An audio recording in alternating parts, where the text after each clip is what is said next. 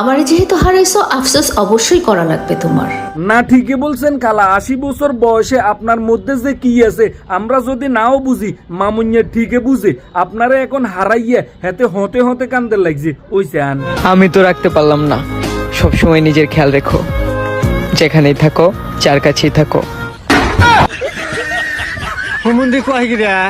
এইটা দেখার পর মুরব্বীদের ওই কথাটার কথা মনে পড়ে গেছে। মুরব্বীরা বলতো না, কুত্তার লেজ 12 বছর সুঙ্গের ভিতর রাখলো কোনোদিন সোজা হইতো না। প্রথমত এগুলি দেখি মনে করছি ফোলাফাইনের শয়তানি, পরে দেখতেছি যে না, তার আইডিতে এগুলি চাইতেছে, এগুলি তারে শয়তানি। না হলে ইরে বদমাস, ইরে বেহায়া, ইরে বেলাজা। কয়দিন আগে তো তুই কইলি লায়লা খালার বয়স তোর মায়ের বয়সের চাইতেও বেশি, কেমনে তুই তারে বিয়ে করবি? এবং কি লায়লার ছেলে মেয়ে তোরে বাইয়া ডাকে। লায়লার পর পুরুষের সাথে সম্পর্ক, লায়লার আগে স্বামীদের সাথে সম্পর্ক, তারা নাকি বাসার মধ্যে আসা যাওয়া করে। এবং কি লায়লা নাকি অনেক মানুষের ডাইকে আইনে বাসার মধ্যে লাল পানিও খায়। এবং কি লায়লা সেই গুলির সাথে রাতেও নাকি থাকে। খারাপ সম্পর্ক আছে অনেক মানুষের সাথে। ঠিক নেবে ঠিক। এত কিছু সোশ্যাল মিডিয়ার মধ্যে তুই নিজ মুখে বলার পরেও এখন লায়লা খালাল্লা মায়া কান্না করস। ওই চান যাও তুমি জিতছো।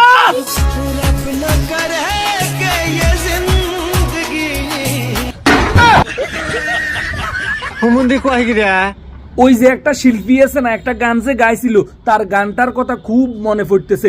কুত্তার বাচ্চা ফুটে ফুটে সুন্দর, যদি তারে করো আদর মন খুলে, আসবে তোমার কাছে সেই পদ বুলে।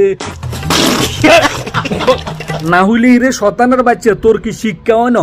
লায়লা খালা তোরে মামলা করি 14 হইরের হানি খাওয়াইছে, 14 শিখের ভাত খাওয়াইছে, সেলুন বেচাই লোয়াইছে, শেষ পর্যন্ত ফতের ফকির বানাইছে। এরপরও তো শিক্ষা হয় না কেন?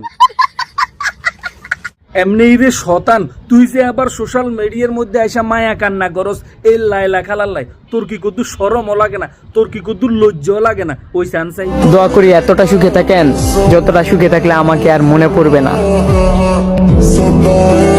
এইবার আসেন আসল কথায়। লায়লা খালার বিয়ের পরে মামুনিয়া কেন মায়া কান্না করতেছে আপনারা কি জানেন? হেতে মনে মনে কইতেছে, আল্লাহ তুমি আমারে বাঁচাইছো। জেমুর হাফ হেমুর দিকে গেছে, জেমুর বলা হেমুর দিকে গেছে। নিচে মারি বলার তো বিয়ে শাদী ওই এক কিনারে গেছে কই, কিন্তু আমার মামলাগুলি তো এখনো পর্যন্ত উঠায় নাই। আমি এখন যদি মায়া কান্না করি, তার জন্য যদি দরদ দেখাই, হয়তো সে আবেগে পইরা আমার প্রেমে পইরা মামলাগুলি উঠাইয়া নিব।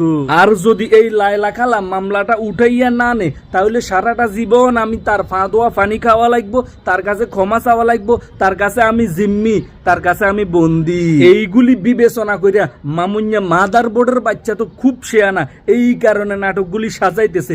মূলত লায়লা খালার জন্য তার মনের মধ্যে কোনো ভালোবাসা নাই, শুধু হিংসা আর হিংসা আছে। হার নাইতিরে একদম টোঁড়া চাবি ধরি কাম করে দিত। ভাই মারো মুঝে, মারো মারো মুঝে, মারো মারো। কারণ এই গুণ হইল গিয়ে ফাক্কা শয়তান। এই গুণের কেউ নতুন করে শয়তানি শিখাইতে হইতো না, কিভাবে কাঁটা দিয়ে কাঁটা তুলতে হয় হেগুনে জানে। আল্লাহ পাক এগুনের হেদায়েত করুক, আর আমাদেরকেও ধৈর্য ধরার তৌফিক দান করুক। তো সবাই ভালো থাকেন, সুস্থ থাকেন, নিজের প্রতি খেয়াল রাখুন। ভিডিওটি ভালো লাগলে ফুট করে শেয়ার করে দেন। আল্লাহ হাফেজ।